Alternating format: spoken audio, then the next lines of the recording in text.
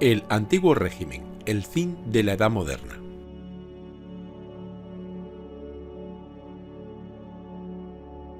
Y como siempre empezaremos con una breve introducción del tema. Se conoce por Antiguo Régimen al conjunto de rasgos políticos, jurídicos, sociales y económicos como la monarquía absoluta, la sociedad estamental o la economía agraria señorial que caracterizaron a Europa y sus colonias durante los siglos XVII y XVIII. El concepto fue acuñado por los revolucionarios franceses para designar al sistema de gobierno anterior a la Revolución Francesa y que por extensión se aplicó también al resto de las monarquías europeas cuyo régimen era similar, aunque puede emplearse también como equivalente a una época que prácticamente coincidiría con lo que se conoce como Edad Moderna. Este es un mapa especificando el marco geográfico que estamos estudiando en este tema, y esta es una tabla cronológica con los acontecimientos más importantes del periodo. Precisamente esta misma tabla está en nuestra web youcan.com junto con los apuntes, su anexo y un práctico mapa conceptual muy útil para así poder comprender el tema de un solo vistazo. Y allí precisamente te podrás descargar todos estos elementos.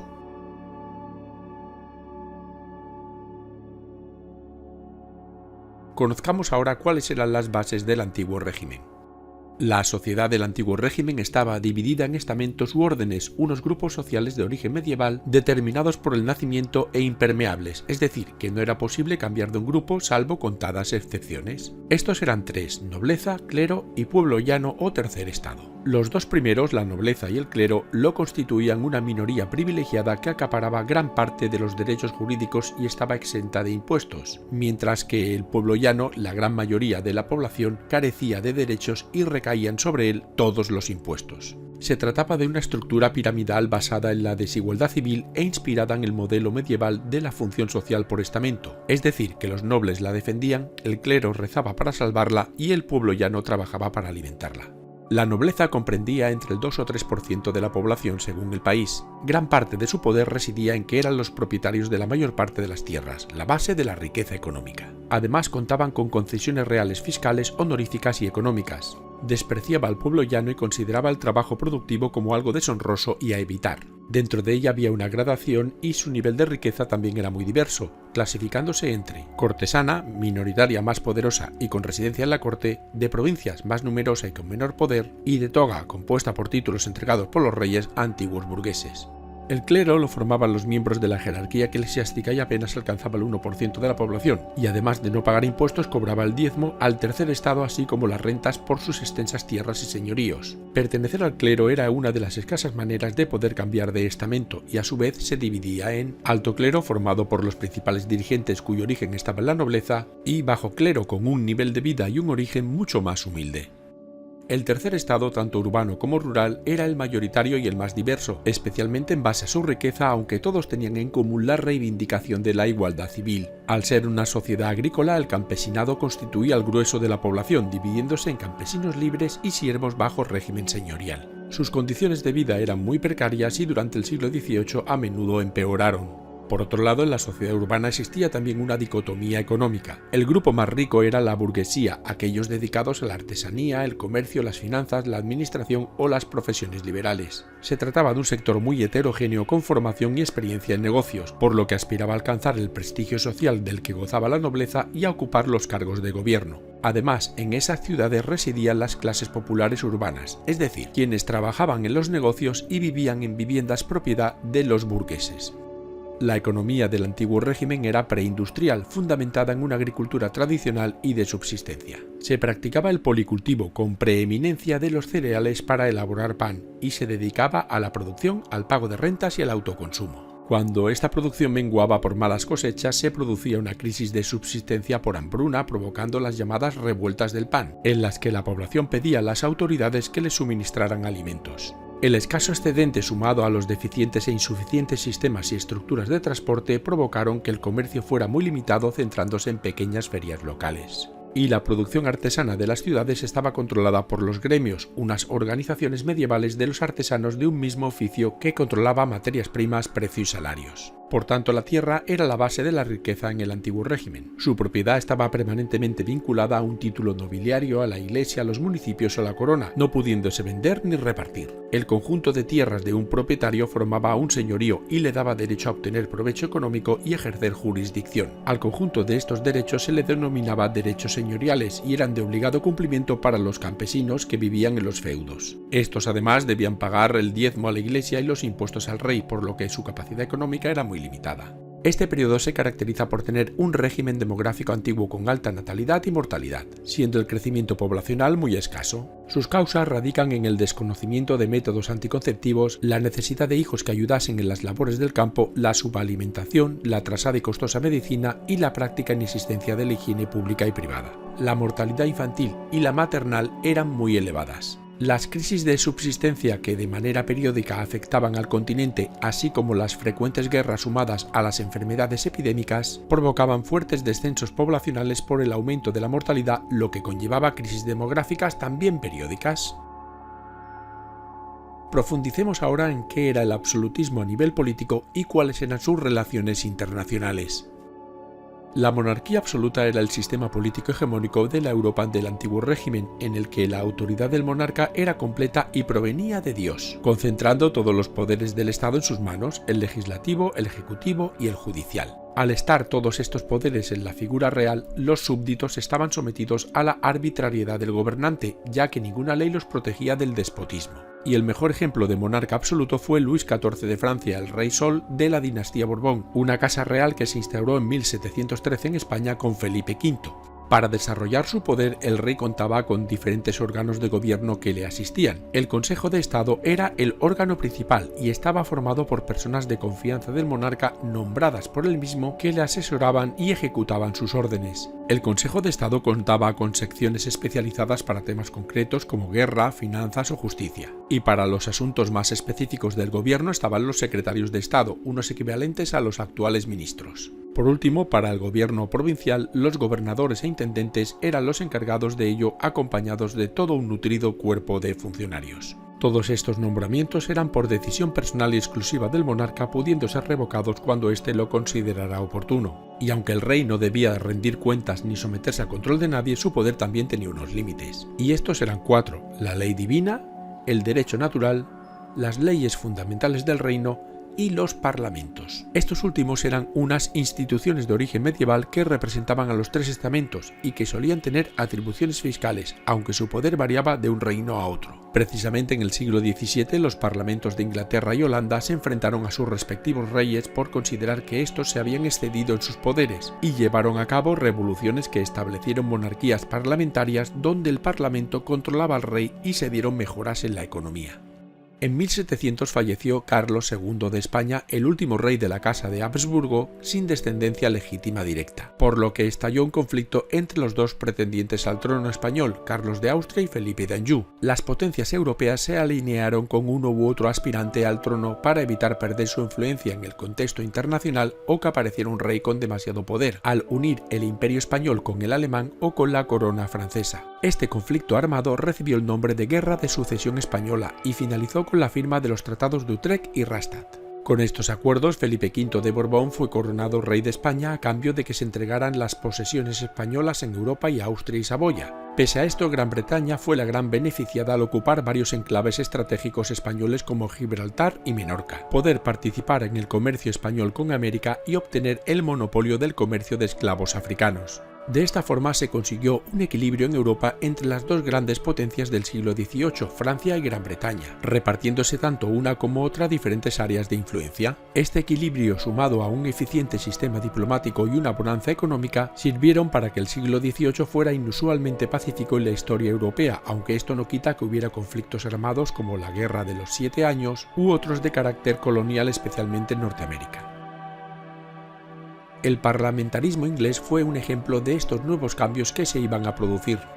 El hecho de que los reyes ignoraran los parlamentos, unas instituciones donde los nobles y las ciudades podían tener algo de influencia, provocó tensiones en varios estados. Algunas se convirtieron en revueltas y revoluciones que enfrentaron a los parlamentaristas, los partidarios del poder de los parlamentos, con sus monarcas. Esto tuvo especiales consecuencias en Inglaterra y en las Provincias Unidas. Entre el 1642 y el 51 estalló el conflicto en Inglaterra que acabó en una auténtica guerra civil ante la política cada vez más absolutista del monarca. Se enfrentaron el rey Carlos I contra los parlamentaristas que dirigía Oliver Cromwell, un carismático líder. Finalmente vencieron estos últimos y llegaron incluso a juzgar y condenar al rey Carlos por traidor, ejecutándolo públicamente, para proclamar una república que dirigió Cromwell con mano de hierro con el título de Lord Protector. Al fallecer Cromwell se restableció la monarquía con Carlos II, hijo del anterior rey. Se acordó crear un nuevo sistema llamado monarquía parlamentaria en la que tanto el rey como el parlamento compartían el poder. Y a diferencia de su padre, Carlos II fue hábil en su relación con el parlamento y durante su reinado se desarrollaron los partidos Whig y Tory. Lo más destacado de esta etapa y que aún perduran los sistemas democráticos es el habeas corpus, una institución jurídica que prohíbe que cualquier ciudadano sea detenido arbitrariamente teniendo que ser liberado en un plazo breve a no ser que un juez independiente lo indique. Su sucesor y hermano Jacobo II fue de nuevo depuesto por otra revolución que lo acusaba de ser católico y déspota, por lo que el trono pasó a su yerno Guillermo III de Orange. Este era holandés, un país donde ya existía una monarquía parlamentaria, pertenecía a la alta nobleza y era protestante, por lo que encajaba con lo que exigían los revolucionarios. Este monarca estableció en Inglaterra la división de poderes, aceptó someterse al control parlamentario y juró fidelidad a la Bill of Rights, una declaración de derechos que todos los ciudadanos de Inglaterra tenían y nadie podía desobedecer. Y de esta manera el modelo inglés de gobierno se convirtió en un ejemplo a seguir para otras resistencias contra el poder absoluto de los reyes, como la Ilustración y la Declaración de Independencia de los Estados Unidos de América. Vamos a señalar ahora las principales transformaciones que ocurrieron en el siglo XVIII. En esta etapa la población aumentó en Europa, las causas se debieron a la introducción de nuevos cultivos y de nuevas técnicas agrarias que aumentaron la producción agrícola y, por tanto, mejoraron la alimentación y la salud de la población. Por otro lado, la menor incidencia de epidemias, el menor número de guerras y los leves adelantos en la medicina redujeron la mortalidad. Esto último, sumado a una natalidad aún muy alta, provocó un importante aumento demográfico, llegándose a alcanzar los 190 millones de habitantes en el continente. Este crecimiento demográfico y el desarrollo de las colonias, especialmente las americanas, hicieron que la demanda de todo tipo de productos aumentara, lo que conllevó un incremento de los precios. Ante esto, la producción de todos los productos se multiplicó para adaptar la oferta a la demanda en busca de los beneficios. El negocio de la producción artesanal creció tanto que los propios estados decidieron participar en él creando las grandes manufacturas reales o reales fábricas. Grandes espacios con un muy bajo nivel tecnológico donde trabajaban numerosos artesanos a sueldo del Estado, centradas especialmente en productos de lujo y subvencionadas por los gobiernos, aunque también existía la iniciativa privada. El objetivo era obtener beneficios al comercializar los productos y reducir las importaciones, siendo el precedente de las futuras fábricas cuando hiciera su aparición la industrialización. Desde el siglo XVII los comerciantes buscaban diversas maneras de esquivar el control de los gremios en la producción artesanal, y como ésta se limitaba a las ciudades se desarrolló el sistema de trabajo doméstico, el Domestic System o Putting Out System, en el que un empresario capitalista compraba la materia prima y la distribuía entre familias campesinas que, a su vez, fabricaban la mercancía en los meses de descanso agrario. Tras este periodo el empresario recogía el producto, pagaba por unidad fabricada a las familias y se ocupaba de distribuir o vender la mercancía. Desde los grandes descubrimientos del siglo XVI, los europeos estaban accediendo a nuevas rutas marítimas para el comercio. Lo más habitual en el comercio colonial es que Europa comprara materias primas a las colonias como cacao, algodón, azúcar, café, tabaco y esclavos africanos, y vendiera los productos manufacturados en las mismas colonias, beneficiándose así del proceso productivo. Destacó especialmente el llamado comercio triangular entre África, compra de materias primas y esclavos, América, venta de los esclavos y compra de materias primas, y Europa, elaboración de productos para venderlos en América. Este comercio generaba enormes beneficios a comerciantes, armadores, artesanos y a estados con los impuestos. Por eso, varios inversores se fueron asociando ante la necesidad de grandes capitales para armar las flotas, creando grandes compañías comerciales que combinaban capital estatal y privado, como las compañías británica y neerlandesa de las Indias Orientales. Se configuró así un sistema de capitalismo comercial basado en el mercantilismo, que defendía que la base de la riqueza de un país era la acumulación de metales preciosos, con los que se acuñaban las monedas, por lo que un estado debía fabricar mucho para exportarlo y recibir metales preciosos e importar lo menos posible para no perderlos. A este modelo social estamental, comerciantes, artesanos, armadores y banqueros pertenecían a la clase no privilegiada, concretamente a la burguesía, que era la dueña de los negocios. Este grupo, con formación intelectual y experiencia, fue aumentando en importancia económica, convirtiéndose en el sector en ascenso, pero al no ser de la nobleza, no podía acceder al poder político ni a los privilegios que ésta tenía. Consciente de su importancia y peso específico, la burguesía aspiraba a disolver la sociedad estamental para poder alcanzar el poder político y social, además del económico que ya ostentaba, generándose así conflictos ante la resistencia de los grupos privilegiados tradicionales como la nobleza y el clero. El siguiente punto a desarrollar es conocer qué fue la Ilustración. Se conoce como Ilustración a un movimiento intelectual que nació en Europa en el siglo XVIII. Este defendía el uso de la razón para comprender la naturaleza y criticaba al antiguo régimen desde postulados como la igualdad social. Y como todo movimiento intelectual no surgió de la nada, sino que tuvo antecedentes en el siglo XVII con el físico y matemático Isaac Newton, que sentó las bases del método científico, con su obra Principios matemáticos de la filosofía natural, y John Locke, filósofo considerado el padre del liberalismo político que criticaba la monarquía absoluta y defendía la división de poderes, lo que le hizo tener que exiliarse de su Inglaterra natal. La base de la Ilustración es la certeza de que la razón humana, la capacidad de razonar y comprender las causas y consecuencias de los hechos, es el mejor medio para entender y explicar el mundo. Se trata de la aplicación del método científico a todos los campos de la experiencia humana, incluida la política, la economía y las relaciones sociales, desechando así toda fuente de conocimiento y opinión que no sea razonable. Los ilustrados sentían gran interés por las ciencias experimentales y la economía y consideraban que era necesario fomentar el conocimiento y la educación. Entendían que gracias al aumento de conocimientos y su aplicación, el ser humano avanzaría y mejoraría de manera continua, lo que se conoce como idea de progreso. Este optimismo se asentaba en que la naturaleza era una fuente de bondad y de justicia y que inspirándose en ella el ser humano alcanzaría la mejoría. Rousseau afirmó incluso que el ser humano es bueno por naturaleza y debe ir acompañado de la difusión de la educación, la ciencia y la historia. Frente a la intolerancia religiosa que marcó el siglo XVII con las guerras de religión entre protestantes y católicos, los ilustrados defendían la tolerancia religiosa, inscribiéndose muchos de ellos en la filosofía deísta, que contemplaba la existencia de un Dios creador pero sin credos específicos ni libros sagrados, por lo que ninguna religión era superior a otras. Defendían también la separación entre el poder civil y la Iglesia, haciendo independiente la política de la religión.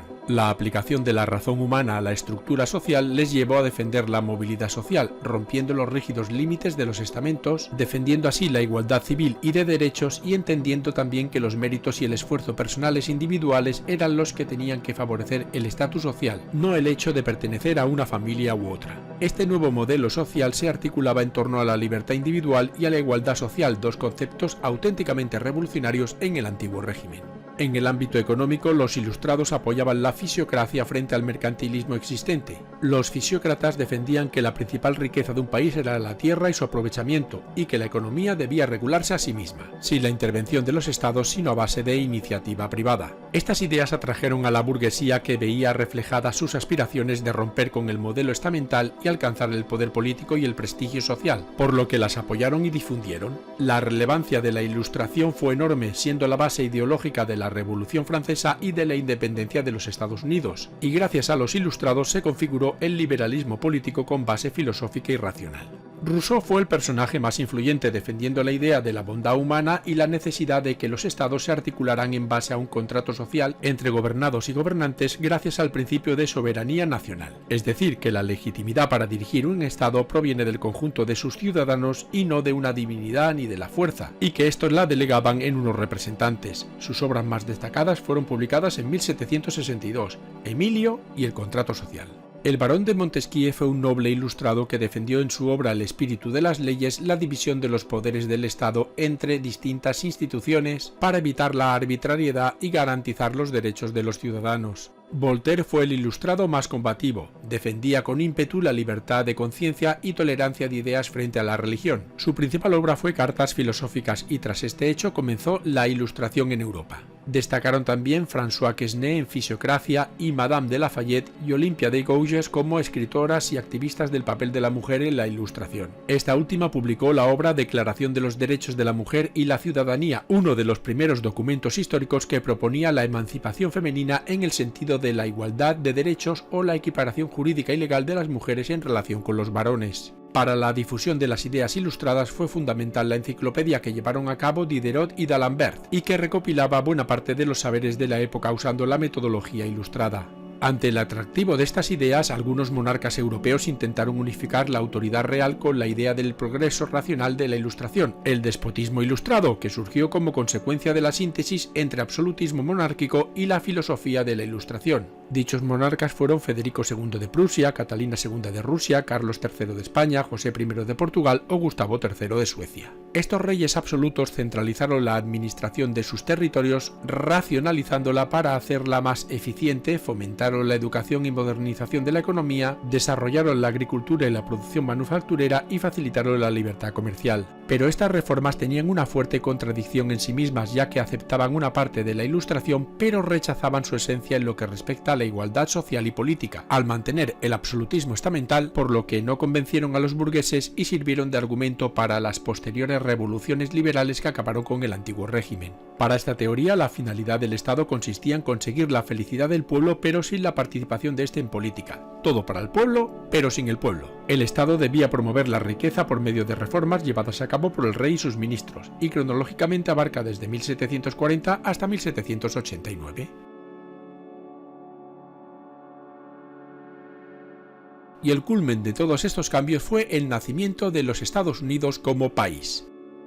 Las ideas de la Ilustración y el liberalismo político llegaron a las 13 colonias inglesas en Norteamérica. Allí se sumaron al descontento de los colonos por la falta de representación que tenían en el Parlamento inglés, por los altos impuestos que pagaban a la metrópolis y por los monopolios comerciales que imponía Inglaterra. Esto último fue el detonante del motín del té de Boston, que inició el conflicto al tirar los productores norteamericanos el cargamento de té al mar como protesta, lo que fue respondido por el rey Jorge III con el envío de tropas. De esta manera estalló la Revolución Americana cuando el 4 de julio de 1776 los colonos, liderados por George Washington, publicaron la Declaración de Independencia elaborada entre otros por Thomas Jefferson. En ella se reconocía que todos los hombres nacen iguales y tienen ciertos derechos inalienables como la libertad y la búsqueda de la felicidad, así como que un gobierno debe contar con el consentimiento de sus gobernados y dejará de ser legítimo si deja de proteger los derechos del pueblo. La guerra duró hasta 1783, cuando Reino Unido tuvo que aceptar la independencia de las 13 colonias en el Tratado de París, recibiendo los colonos la ayuda de Francia, España y Holanda.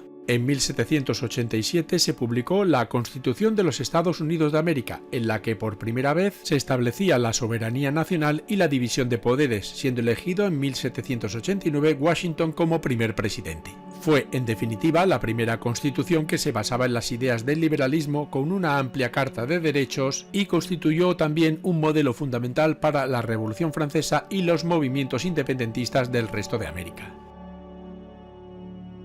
¿Y qué conclusiones podemos sacar de este vídeo? Pues son las siguientes. El siglo XVIII contempló la caída del antiguo régimen y originó la Edad Contemporánea.